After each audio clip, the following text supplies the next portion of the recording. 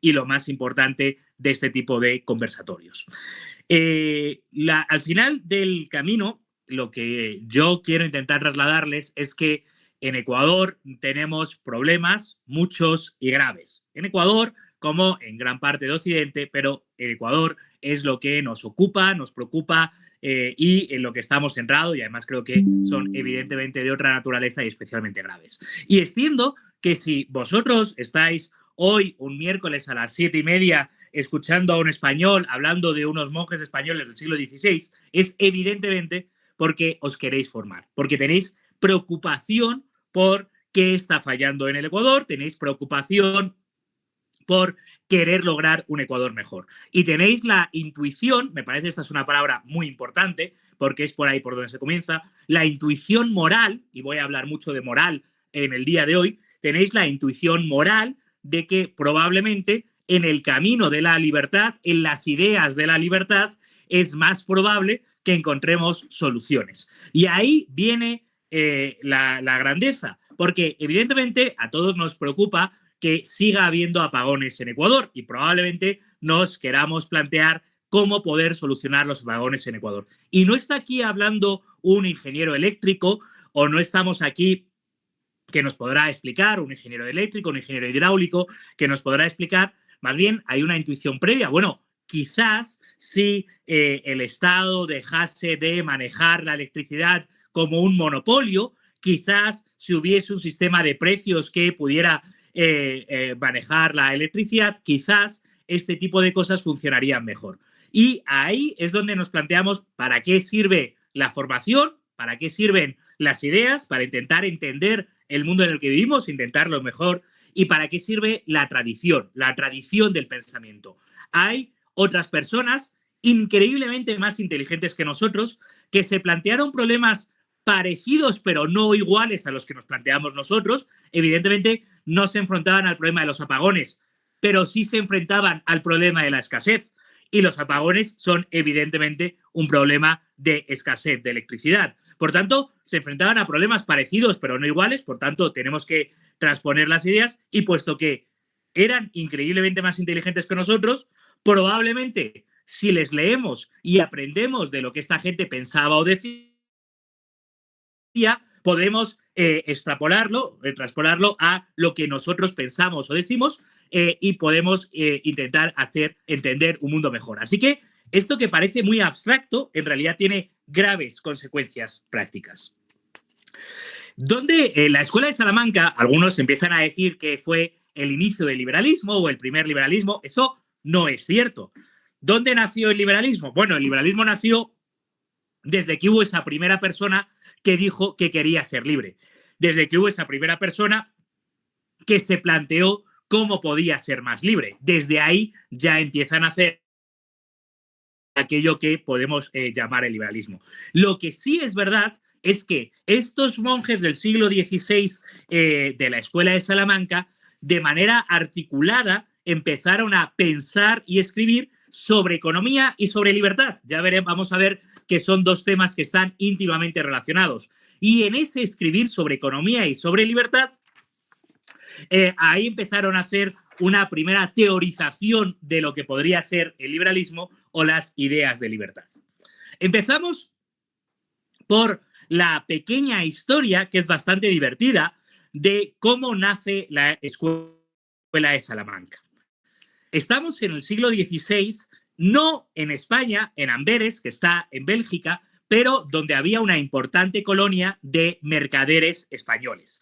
Había una importante colonia de mercaderes españoles porque en aquel momento se estaba produciendo lo que podemos llamar la primera globalización. Y lo llamo la primera globalización porque hay un documental muy bonito que se llama España, la primera globalización, que además tiene una segunda parte que se llama Hispanoamérica ahora mismo, que lo están lanzando. Y la primera globalización, lo que queremos decir es que tras el descubrimiento de América, empieza a llegar los productos, el oro, las especias, la patata, etcétera, de América, de España o a través de España, empiezan a ir a Europa, a América, otro montón de productos y empieza a producirse algo parecido a los inicios de la globalización. En realidad, la globalización es un proceso milenario, ¿no? Desde que la primera tribu comerció con la tribu de al lado, ya se empieza a producir lo que podemos llamar globalización, que luego explotó en el siglo XX. Pero en esa primera globalización había una serie de mercaderes españoles en Bélgica, insisto, y esta serie de mercaderes se plantearon una pregunta que no podemos ser cínicos, era una pregunta legítima y auténtica. Y la pregunta era, ¿es moral comprar barato y vender caro? En realidad, la pregunta era bastante más técnica, porque la pregunta era, oye, ¿es moral cobrar tipo de interés? Y decían, no, cobrar tipo de interés no. Ok, ¿y hacer un descuento por pronto pago es lo mismo que cobrar tipo de interés? Fijaros la sutileza de la pregunta, cualquiera que esté en el mundo de los negocios sabe lo que es un descuento por pronto pago. Y esta gente tenía real, auténtica, legítima preocupación sobre si su alma iba a ir al infierno. Realmente pensaban, ¿de qué me sirve a mí ganar mucha plata si estoy comportándome de manera inmoral y voy a perder mi alma? Pero claro, se lo preguntaron al párroco, al sacerdote español que vivía en Amberes, en Bélgica, que era el sacerdote de la comunidad de comerciantes, y el sacerdote dijo, la verdad, no tengo ni idea de lo que me estáis preguntando. Así que me voy a ir a París, donde está la Universidad de la Sorbona de París, donde están los grandes sabios, y les voy a preguntar si esto es moral o es legítimo. Fue a la Universidad de París y se lo preguntó. Y los grandes sabios de la Universidad de París le respondieron de manera muy rápida y muy somera. Sí, todo eso es pecado. Pero había un estudiante que a los equivalentes a día de hoy sería un estudiante de doctorado, es decir, un profesor junior que estaba empezando a enseñar y estaba con los profesores, que realmente anotó, yo no he entendido la pregunta, no sé lo que me estás preguntando, por tanto, aunque los grandes maestros digan que todo eso es pecado, yo la verdad no lo sé. Y este señor se llamaba Francisco de Vitoria.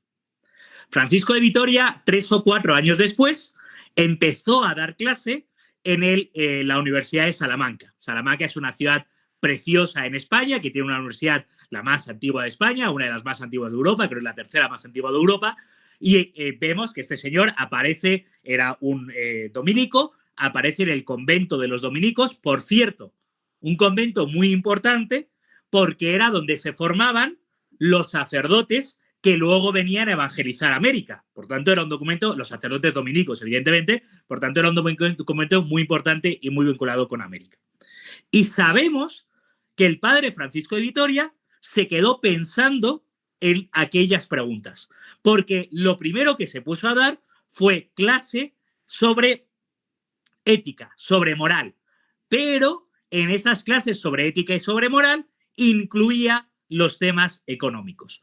Y a partir del padre Francisco de Vitoria, que fue un gran maestro y tuvo muchos discípulos, y los discípulos de los discípulos del padre Francisco de Vitoria, es a eso a lo que llamamos la Escuela de Salamanca, que son muchos autores, yo no les voy a aburrir haciendo eso que hacen los que quieren presumir de name dropping, soltando muchos nombres y demás. No, no consiste en eso. Podemos identificar a más de 30 autores que no es que todos dijesen lo mismo, pensasen lo mismo. De hecho, la pluralidad de ideas y de criterios es súper amplia, pero sí tienen cosas en común. Y la primera cosa en común que tienen, que nos ocupa ahora y por lo que nos interesa tanto a día de hoy es, oye, vamos a hacer una reflexión sobre los fundamentos de la economía o sobre los fundamentos éticos de la economía. Y en esa reflexión sobre los fundamentos éticos de la economía, ¿qué es una reflexión sobre los fundamentos de la economía? Salen muchas cosas muy interesantes. Sale el nacimiento de lo que a día de hoy podríamos llamar la economía, sale el nacimiento de lo que a día de hoy podríamos llamar los derechos humanos. Fíjense que aunque ahora parezca que derechos humanos y economía no tienen nada que ver, nacen en la misma esencia. De hecho, la sala central de la sede de Naciones Unidas en Ginebra se llama Sala Francisco de Vitoria, porque Francisco de Vitoria fue el primero que empezó a argumentar sobre el derecho de gentes, que es el prehistórico o los antecedentes de los derechos humanos, ¿no? El jus gens, la idea de que las personas tienen derechos no porque el gobernante de turno les otorga un derecho. No, y esto es muy importante, porque sean cristianos y al ser hijos de Dios tengan derechos, sino porque son personas, son hijos de Dios y por su propio ser de ser humanos ya tienen derechos. Los derechos te vienen intrínsecos a ti mismo. Los derechos no es algo que te otorga el rey o te otorga el Estado. Los derechos son algo que tenemos nosotros y que la labor del rey o del Estado, en este caso, es proteger estos derechos. Entonces, esta serie de autores, que más o menos la Escuela de Salamanca dura un siglo, hasta el padre Juan de Mariana, del que voy a hablar después, y que un siglo después, en torno al año 1630, muere y, por tanto, más o menos durante todo este siglo se desarrolla todo esto. ¿Qué hicieron los autores de la Escuela de Salamanca? Bueno, a nivel de derecho, ya digo, hicieron el nacimiento de los derechos humanos, las controversias de Burgos y las controversias de Valladolid, que es una pena que no se conozcan más, pero que fueron las discusiones sobre si había un derecho legítimo de conquista de América. Y ahí es donde nace el concepto de persona, de ser humano, del uso legítimo de la violencia, del uso legítimo del comercio, porque, ojo, uno de los motivos se decía, no tienes derecho a conquistar a otra tribu, pero sí tienen derecho los de tu nación a comerciar y a evangelizar. Es decir, pacíficamente decir, oye, ¿os queréis convertir? Oye, ¿queréis intercambiar? Y si la otra tribu no te permite comerciar o evangelizar, entonces sí la puedes conquistar. Eso es una de las, la teoría de las justas causas, pero eso, como digo, afecta al derecho. En el orden de la economía, estas personas hacían algo, o la Escuela de Salamanca, algunos autores de la Escuela de Salamanca, hacían algo que me parece muy divertido, que eran manual de confesores. ¿Qué es un manual de confesores? Pues claro, llegaban e iban poniendo los 10, los distintos pecados, los 7 pecados capitales o los 10 mandamientos, iban explicando a un confesor qué tan grave era la pena, cómo era el perdón, cómo era el propósito de enmienda, cuál debería ser el justo castigo por cada pecado. Pero claro, cuando llegaban a el pecado, a la condición de la avaricia, por ejemplo, y llegaba un mercader que decía, oiga, padre, yo he comprado barato y vendido caro, ¿eso es legítimo o no es legítimo? ¿Es moral o no es moral? Oiga, padre, yo he comprado a un precio y he vendido a otro precio. Claro, ahí la pregunta es, ¿y qué es el precio? Y si no tienes un concepto de precio, no podrás entender si es ético o no es ético, si estás actuando bien o mal.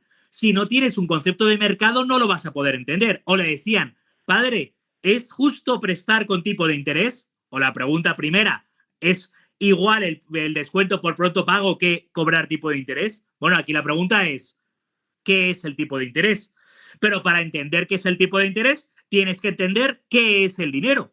Por tanto, estos sacerdotes, intentando responder a preguntas éticas que se planteaban en los confesionarios, en realidad ellos eran los académicos del tiempo, por tanto, no es que era solo lo que se planteaba en el confesionario, sino ellos eran los que respondían a las dudas de los sacerdotes que escuchaban en el confesionario, que se planteaban estas dudas éticas, morales. Oiga, ¿es correcto lo que estoy haciendo? Esas dudas nos llevan a plantear qué es el mercado, qué es el tipo de interés, qué es un empresario, qué es el riesgo, qué es el beneficio, qué es el beneficio justo, qué es el dinero. Todas esas preguntas son el nacimiento de lo que viene a ser la economía. Por tanto, las lecciones que os he intentado resumir, que son solo 5, las lecciones que creo que se puede aprender un joven ecuatoriano del siglo XXI de unos sacerdotes españoles del siglo XVI, voy a intentar resumirlas en 6. Primera, la economía es una reflexión moral, ética. La economía puede tratar de números, pero trata sobre todo de la acción humana, de lo que hacen las personas. De hecho, curiosamente, no les puedo enseñar el título del libro de Mises, La acción humana, porque es tan gordo que es el que utilizo para poner el iPad y subirlo, porque es el libro más gordo que tengo en mi biblioteca. Así que lo tengo debajo del iPad ahora mismo. Pero la economía trata de la acción humana. Y la acción humana es una acción ética. Y ahí nos tenemos que plantear lo que es justo o no es justo, lo que es ético o no es ético, y luego tiene consecuencias económicas. Por ponerles un ejemplo muy sencillo. A día de hoy nos damos uno de los grandes debates en Ecuador es los subsidios. Y muchos argumentan, no, los subsidios harán que aumenten los precios, no, los subsidios, hay que dar al pueblo subsidios, porque bueno, al final, lo importante en el caso de los subsidios, por poner un ejemplo clarísimo, es una reflexión ética. ¿Es justo que cuando el señor Pedro se monta en su carro y recorre 10 kilómetros con su carro, todos los demás ciudadanos de Ecuador que pagamos impuestos y que no nos hemos subido a ese carro, le paguemos la gasolina o la mitad o el 30% del precio de la gasolina al señor Pedro? ¿Sería justo que si yo me voy a comer a un restaurante y me gasto $100 en una comida en un restaurante, el resto de ciudadanos de Ecuador, pagadores de impuestos que no han comido en el restaurante conmigo, me paguen el 30% de la factura? Evidentemente no es justo. No es ético coger el dinero de los ciudadanos para subvencionar el consumo de los más ricos. No sería ético desde mi punto de vista liberal, tampoco aunque sea para justificar el consumo de los más pobres. Pero evidentemente no es ético para justificar, dar el consumo de los más ricos. Por tanto, la primera reflexión y lo primero que creo que es una lección importante aprender es, y esto es algo que digo tanto a los liberales como a los economistas, es que creo que en el debate público o cuando pensemos los temas tenemos que argumentar de manera ética, moral, es decir, qué es lo justo o lo injusto, qué es lo correcto y lo incorrecto. A nadie le convence el argumento de que hay que eliminar los subsidios para equilibrar el presupuesto del Estado. Eso no mueve a nadie.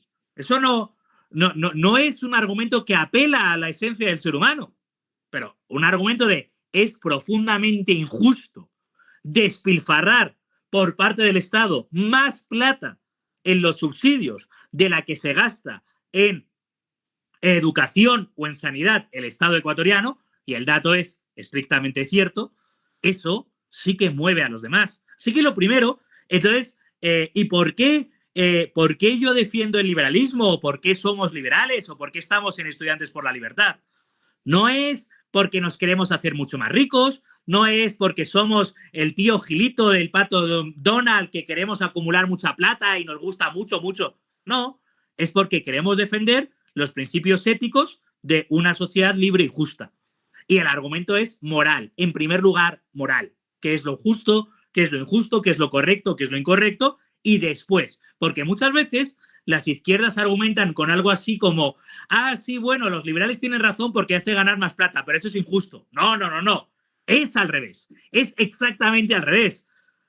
Puesto que es moral, puesto que es justo, además produce riqueza.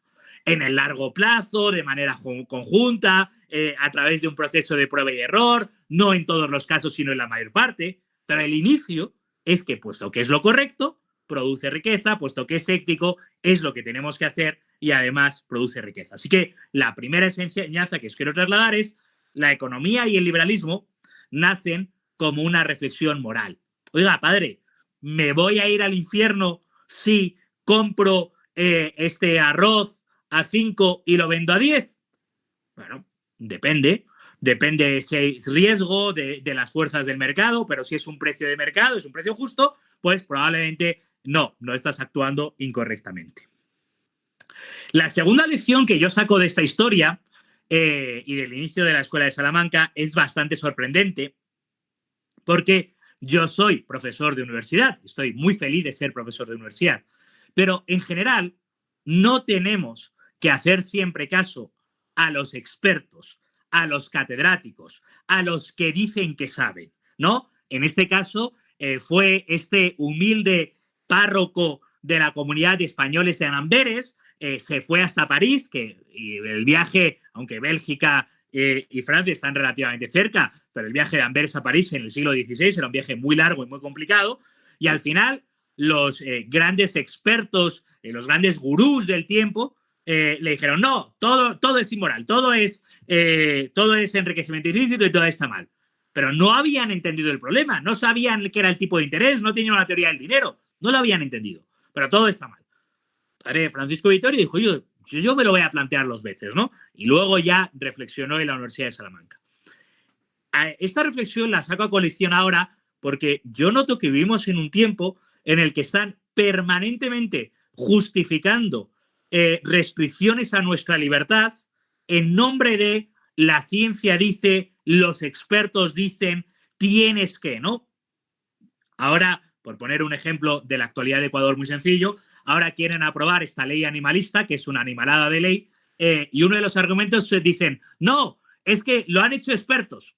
Ah, bueno, entonces si lo han hecho expertos, todos nos tenemos que callar y todos tenemos que aguantar que restrinjan nuestras libertades, por ejemplo, la de exponer los pollos de los asaderos en Ecuador, porque ahora un experto ha dicho que, oiga, no, o no quiero entrar en tanta polémica, aunque me encanta entrar en polémica, todo lo que nos ocurrió durante los sucesos del COVID, ¿no? La idea de hay un gran gurú, hay un gran experto que dice que, y entonces todos los demás nos tenemos que callar. Bueno, pues el padre Juan de María, el padre Francisco de Vitoria, con legítima curiosidad intelectual, dijo, oiga, pues a lo mejor nos lo tenemos que replantear, ¿no? Oiga, por mucho que diga este señor que dice tan importante algo, a lo mejor tenemos que hablar entre todos y replantearnos las cosas. Y eso es una de las cosas que creo que como estudiantes por la libertad, yo evidentemente ya no soy estudiante en el sentido estricto, sí estoy por la libertad, como estudiantes por la libertad creo que hay que plantearse, ¿no?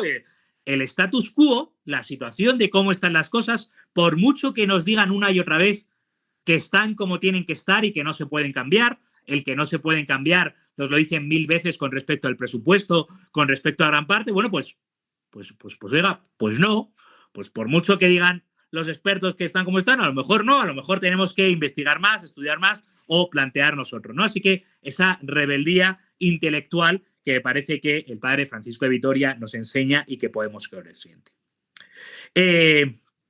La tercera lección es igual que parecida a la anterior, pero es con respecto al poder.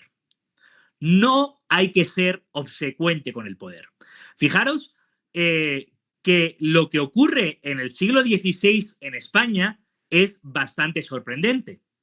En aquel entonces, el emperador, no era emperador, en realidad era la monarquía hispánica, no era un imperio, pero el rey de España, el rey de la monarquía hispánica, mejor dicho, era la persona más poderosa de su tiempo. De hecho, pocos monarcas han gobernado sobre tanto territorio y tantos súbditos al mismo tiempo. Tenía territorios hasta en Bélgica, Italia, Francia, España, en un momento Portugal y gran parte de América. Y las universidades, ahora hablamos de eso, Roger, las universidades eran parte de esa monarquía. Bueno, pues ocurrió algo, y esto lo hizo el padre Francisco de Vitoria, por primera vez en la historia de la humanidad, que es bastante sorprendente. Y es que el padre Francisco de Vitoria se planteó, ¿tiene derecho la monarquía hispánica o los españoles a conquistar a los pueblos de América? Fijaros, lo fascinante de esto es que se plantea la pregunta. Durante toda la historia de la humanidad ha habido miles de veces que una tribu ha conquistado a la tribu de al lado, que los romanos han conquistado todos los pueblos de alrededor, que los griegos conquistaron, que los espartanos conquistaron, me da igual, cualquier imperio, cualquier reino ha conquistado al pueblo de al lado.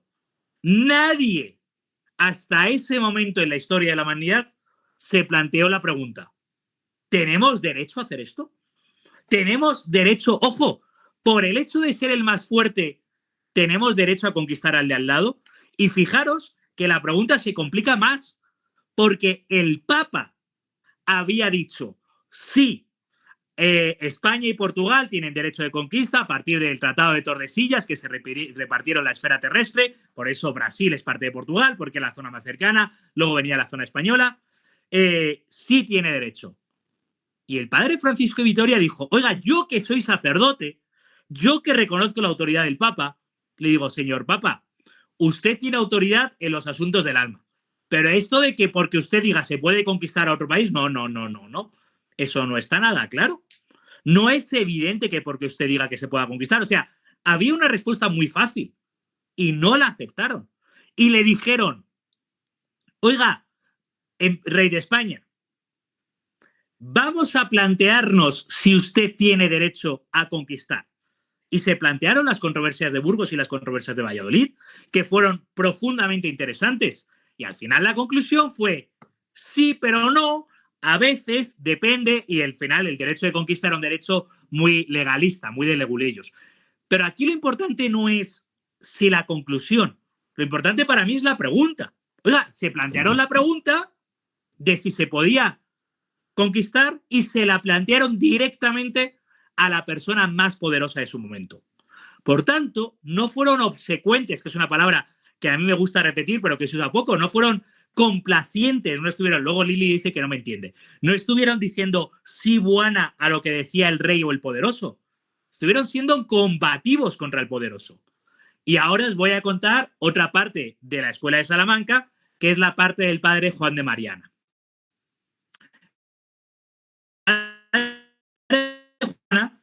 Era un gran sabio. Había escrito una historia de España entera en varios volúmenes, luego para escribir una historia de España entera en varios volúmenes, aquí tengo, por cierto, del rey la institución real. Y el rey le dijo, padre Juan de Mariana, usted que es tan sabio, ¿por qué no educa a mi hijo que será el futuro rey?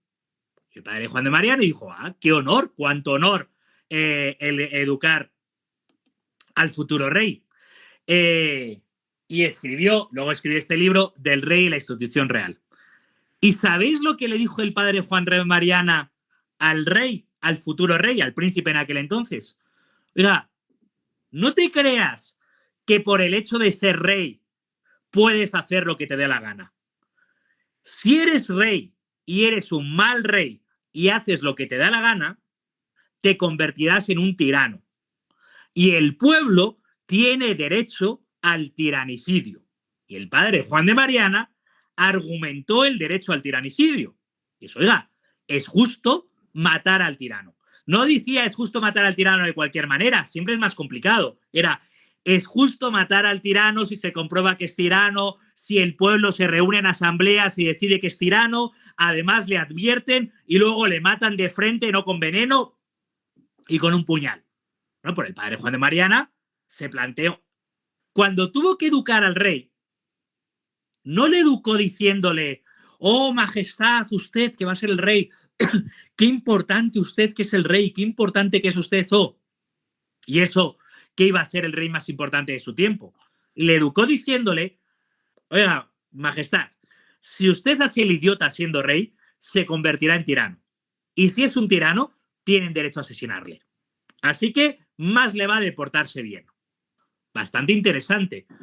Lo digo esto en comparación a todos aquellos que rodean a cualquier alcalde de cuarta en el Ecuador, a todos aquellos que rodean a cualquier prefecto que esté 3 meses en el poder, que están permanentemente como, oh, qué importante es usted, señor alcalde, lo que usted diga, sí, señor alcalde, sí, lo que usted diga, oh, qué importante, oh. No.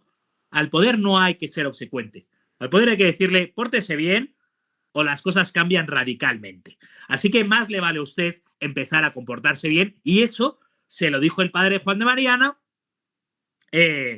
al rey. De hecho, lo que le decía el padre Juan de Mariana, que es algo muy bonito para entender también para entender la historia del liberalismo en España y en América Latina, es esa de las viejas cortes aragonesas en Aragón. Cuando se nombraba un rey, se lo nombraba con una fórmula que cito de memoria, que era algo así como: nos, que somos tanto como vos y juntos más que vos, le nombramos nuestro rey y señor. Si cumple nuestros fueros y libertades, y si no, no.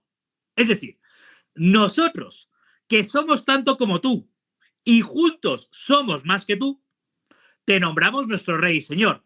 Si cumples, con una condición, si cumples nuestras leyes y libertades. Y si no, no. O sea, no te creas que por el hecho de ser presidente de la República puedes decir lo que te dé la gana, hacer lo que te dé la gana. No, no, no, no, no. Tú eres el poderoso si cumples nuestros derechos y libertades. Y si no, no. Así de claro. Y luego ya hablamos del derecho al tiranicidio. El cuarto punto que creo que tenemos que aprender o que podemos aprender de la Escuela de Salamanca es el entendimiento de la economía como un fenómeno social complejo. Estos sacerdotes, que eran teólogos, evidentemente no habían estudiado economía ni nada que se le parezca, empezaron a ser economistas porque intentaron entender lo que ocurría en el mundo que les rodeaba. Y por tanto, no eran economistas como por desgracia todavía a día de hoy se entiende la palabra economista, que es como gente que le va diciendo lo que deberían hacer o cómo nos deberíamos comportar. No, son economistas en el sentido de que entienden cómo funciona la economía de manera orgánica, natural, observan el mercado y a partir de entender y observar el mercado sacan leyes o conclusiones más bien generales. Por ejemplo, estos economistas, aquí está el otro libro del padre Juan de Mariana, Tratado sobre la moneda de Vellón, Tratado de Discursos sobre la moneda de Vellón, donde el padre Juan de Mariana se planteaba qué es el dinero y sobre todo qué es la inflación. O sea, oiga, la inflación la provocan los malos gobernantes.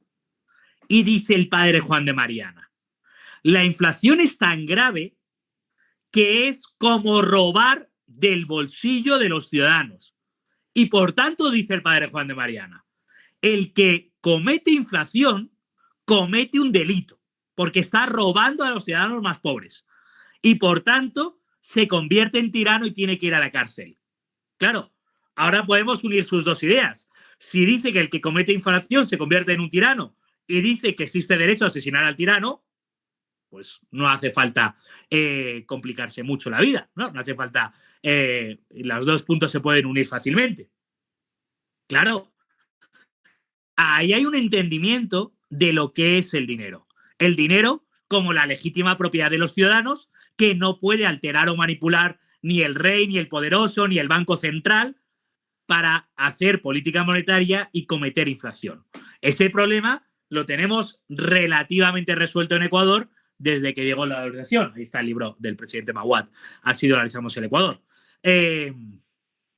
Eso se puede, más o menos en Ecuador, estar solventado, pero todavía a día de hoy podemos poner el ejemplo de Argentina, el ejemplo de Venezuela y otros muchos países de América Latina, se sigue empobreciendo de manera brutal a los ciudadanos por nefastas políticas monetarias que nos alteran el cálculo, los precios y demás. ¿Qué más nos vienen a decir la Escuela de Salamanca? Nos vienen a reconocer la labor del empresario, la labor de aquel que arriesga su dinero. Y dicen, oiga, si hay riesgo, evidentemente puede haber lucro. Evidentemente, ahora hablamos de eso, Carlos, si hay enriquecimiento, si hay riesgo, evidentemente puede haber enriquecimiento. Por tanto, es positivo que haya personas que ganen más plata. Y no necesariamente tenemos que tener todos los mismos. Y no necesariamente debe haber igualdad. Y dicen, oiga, y es muy importante que haya solidaridad. Y es muy importante que ayudar a los más pobres. Pero ojo, eso es un deber moral y por tanto no puede ser obligatorio. La solidaridad por ley no es virtud porque es obligatoria. Por tanto, esa idea de vamos a pagar impuestos para ayudar a los pobres, eso no es virtud, eso no es una virtud porque no lo estás haciendo voluntariamente. Sí que es bueno que ayudes a los más pobres, pero no necesariamente lo haces por ese sistema. La Escuela de Salamanca se plantearon el problema del precio justo. Un problema que todavía en Ecuador se plantean permanentemente. Oiga, ¡oh, qué escándalo! El precio que nos cobran, ahora vamos a hablar de la gasolina, o podemos hablar del precio del arroz, o podemos hablar del precio de los huevos. ¡Oh, qué escándalo! Me cobran tanto por un precio. Y uno de los autores de la Escuela de Salamanca dice algo así como: el precio justo, lo que es justo, depende de tantos factores que eso solo lo conoce Dios. Nosotros podemos conocer lo que es el precio de mercado. Y el precio de mercado puede funcionar como el precio justo para los ciudadanos. Es decir, como no somos Dios y no lo sabemos todos, no somos omniscientes y no sabemos lo que debería ser el precio justo, porque cada persona tiene una opinión sobre lo que es el precio justo, todo comprador cree que el precio, eso es Lili, todo comprador cree que el precio es siempre más caro de lo que debería ser. Y todo vendedor cree que el precio es más barato de lo que debería ser. ¿Cuál es el precio justo? El de mercado, el que acuerden comprador y vendedor. Y ya está. Y eso es todo lo que podemos decir. Y por tanto, no puede venir el Estado y decir, este tiene que ser el precio. Porque cuando el Estado hace eso, tenemos, o el rey, que era en su caso lo que decía, tenemos peores distorsiones y graves problemas en la economía. Por ejemplo, en Ecuador no hay un mercado de la electricidad. No hay un precio libre de la electricidad. El precio es el que decide el Estado. ¿Cuál es la conclusión de eso? Que el precio de la electricidad está subvencionado, es ineficiente, lo pagamos todos con apagones y es tremendamente caro. Y alguien me dirá, pero si es barato ya, ¿y cuánto nos cuestan los apagones? Porque si sumas el precio de lo que nos cuestan los apagones, el precio de la electricidad en Ecuador es tremendamente caro, porque en realidad no hay precio, porque no hay mercado, porque hay alguien que se cree tan listo como Dios y que dice que va a decidir el precio para todos. Oiga, pues eso siempre funciona mal, ¿no? En general, la Escuela de Salamanca nos ayudó a, como os digo, a entender lo que es el dinero, a entender lo que son los precios, a entender lo que es la labor del empresario. No quiere decir que estos autores del siglo XVI eran liberales, libertarios, como podríamos decir. No, no, es mucho más complicado que eso. Son un montón de autores, se contradicen muchas veces, pero en general sí que tuvieron un entendimiento bastante razonable de cómo funciona la economía. Y aquí voy a decir algo importante. Entender cómo funciona la economía viene a ser entender el liberalismo básico. Porque estás entendiendo lo que es el mercado, la oferta, la demanda, el precio, el riesgo, el dinero, y entiendes eso y al final eres razonablemente liberal. Y estos autores eran, o fueron los primeros razonablemente liberales porque entendían cómo funcionaba todo esto. Les dije que iba a hablar 35 minutos y llevo 38. Así que voy a concluir con tres cosas importantes, en un resumen de tres cosas importantes que creo que son las tres ideas principales. Primera, si queremos mejorar nuestro presente, probablemente, o nuestro futuro, que a ustedes siendo jóvenes les preocupará más, probablemente tengamos que empezar a hablar antes de qué político va a ganar las elecciones, la siguiente ciclo electoral. Tenemos que empezar a hablar de ideas. Y para hablar de ideas o de valores, tenemos que entender, leer mucho, lo que hicieron otros más sabios que nosotros antes que nosotros. Por ejemplo, en la Escuela de Salamanca podemos encontrar temas, autores, enseñanzas que creo que aportan valor a un joven ecuatoriano que quiere entenderlo a día de hoy. En segundo lugar, antes de empezar a juzgar, regular, prohibir, manejar, administrar la economía, probablemente debamos empezar por entender la economía. Y eso es algo que se esforzaron mucho en hacer los autores de la Escuela de Salamanca. Y entender en lo que es el mercado. Porque es muy fácil proponer normas que prohíban, regulen, suban los impuestos o limiten la competencia. Pero es importante comprender que el mercado es complejo, dinámico, que el precio se forma por algo, que los empresarios, que las empresas se forman por algo, están ahí por algo, que les cuesta sobrevivir y que todas esas normas, imposiciones, prohibiciones que queremos, yo no, que otros quieren imponer, al final tienen graves consecuencias. Porque están intentando arreglar un error, un reloj que no saben cómo funciona. Están intentando arreglar el mercado cuando no comprenden cómo funciona el mercado. Por tanto, eso siempre termina saliendo mal. Por tanto, lo primero es entender lo que es el mercado. Que, ojo, cualquier persona, ahora que está Lili, por ejemplo, en Guayaquil, cualquier comerciante informal de la bahía de Guayaquil entiende mejor que cualquier asesor del Ministerio de Economía de Quito cómo funciona el mercado. Porque hay que estar ahí. Hay que manejar un puesto de salchipapas a la salida de un partido de fútbol para entender lo que es un precio, para entender lo que es una inversión, para entender lo que es el mercado. Y eso es muy importante hacerlo. Y, por último, aquello por lo que he empezado. Entender lo ético como la manera de actuar. Entender que el debate económico o el debate político o el debate liberal es un debate de valores, de lo que entendemos por lo que es correcto o incorrecto.